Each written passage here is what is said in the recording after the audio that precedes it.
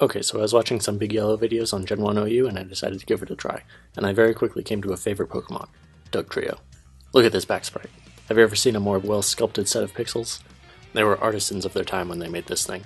3 guys put together means I'm rocking 8 Pokemon in a 6v6 format, and it's not even OU ranked.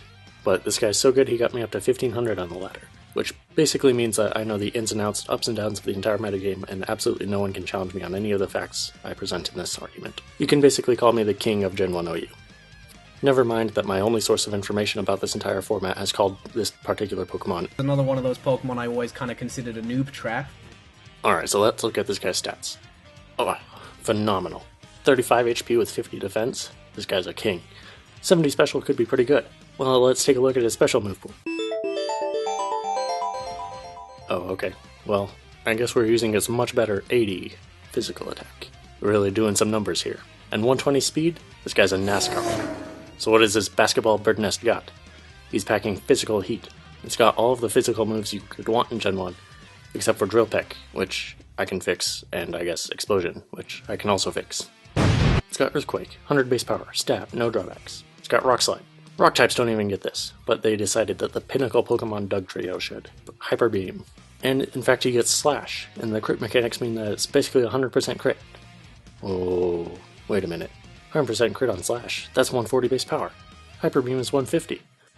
Wait, what am I clicking Slash on? Earthquake does more against neutral targets, and Rock Slide does more super effective. So the only thing that you would ever click Slash on is a grass type. Well, good thing there's only one. So I'm making the conscious decision of running Body Slam over Slash, because Body Slam just paralyzes. So there we've got, locked in, the triple barrel move pool, Earthquake, Rock Slide, Body Slam. What am I using the free space on? Well, looking through its move pool, there's only one choice. So why did I even want Dugtrio in the first place? The team I was using struggled against Jinx teams pretty commonly. Opposing Jinx lead is extremely annoying, and I wanted to find something that could deal with Jinx, and not also immediately lose to Alakazam. Thus I arrived at nothing. Literally nothing in Gen 1 does this. But Tres Leches over here does something special, is when you send in a Pokemon that has a base stat total between Ponyta and Arbok, the opponent doesn't know what's going to happen next. Not only are the 3 heads working together, its damage is also the perfect complement for its teammates. In the Jinx matchup, it clicks Earthquake to do about 50% of its health, and then Jinx drops Doug for Tauros to come in, threaten Body Slam, and suddenly they have to either be playing 5v5 with no sleep, or risk paralysis and damage on one of their switch-ins. And it's the same story with Alakazam, but you replace Tauros with Snorlax.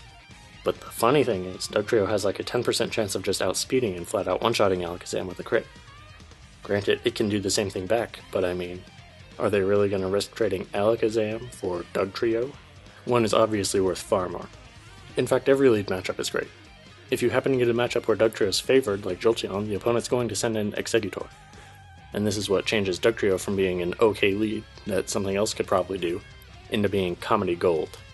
As soon as Dugtrio sees Exeggutor hit the field, you click Mimic, because Exeggutor either has to sleep Dugtrio, the least valuable target on the entire team, or attack. But surprisingly, Dugtrio lives any attack from Exeggutor, which enables Dugtrio to nab one of Exeggutor's moves, and you have a pretty decent chance of getting a good one. If Dugtrio grabs Sleep Powder, suddenly Dugtrio is transformed into an insane threat. Base 120 speed sleeper that also has offensive coverage, and if Dugtrio grabs Explosion, suddenly they have to make a choice. If they have a Gengar, do they switch it into Dugtrio, risk Earthquake, or do they just accept a high crit Explosion coming in? Grabbing any other attack, you can just switch Dugtrio out, and cycle again and again because you already know they have Exeggutor, so you can click Mimic on the switch in. And this is exactly what happens in this replay. So there you have it, Dugtrio is not only the funniest Pokemon, but also the best. End of story.